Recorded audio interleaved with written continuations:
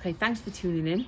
I just want to share with you just for a few minutes on how, with God's help, we don't just have to survive this lockdown, we can actually flourish in it. So I wonder, what does lockdown look like for you? Is this you? Or maybe this is you.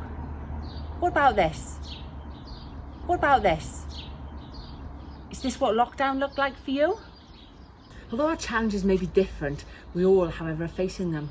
As Christians, we believe passionately that all we need to know to live life well is written here in this book known as the Bible. Or maybe we could call it our manual for life, written for us by our Creator. Today, I just want to share with you some verses that have really helped me through this time of lockdown. So for me, lockdown started with two very different thoughts. Firstly, I had this great opportunity to spend more time with my family, enjoying our house and our garden and the great sunshine. But then there was this contradiction of how I was just feeling this overwhelming fear. I was wondering what on earth was going on. How was COVID going to affect this world? Was I going to become ill from it or maybe even die? What about my family, my loved ones, my friends? How is it going to affect them?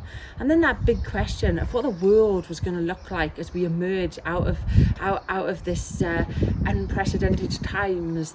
This book is full of verses that help me deal with that overwhelming fear.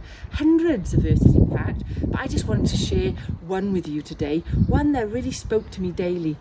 It's from a book in Philippians, and it says this: don't worry about anything.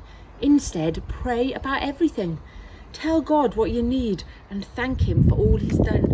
Then you will experience God's peace, which exceeds anything we can understand. His peace will guard your hearts and your minds as you live in Christ Jesus. Don't worry. It's not that easy, is it, when faced with problems that really affect us? You know, the reason I love these verses is because it doesn't just say don't worry, but it tells us how we cannot worry. You know, firstly, it says we should speak to God. Christians, we call that praying. He says to tell Him how you're feeling, to tell Him what's worrying you, to tell Him your needs. Then, we often miss this second part, thank Him. It's been interesting to scroll through my friends' social media posts and see all the variety of things people have been thankful for. You know, just as we face different challenges, so there are many different things that we can each be thankful for. And we need to be careful not to fall into that trap of looking at other people and what they're thankful for and longing for that, but being thankful for the things that we have. You know, I believe that it's once we've spoken to God and we've given thanks to Him for all that He's given us, that then we'll experience this amazing peace, a release from fear, no matter what the situation we're in.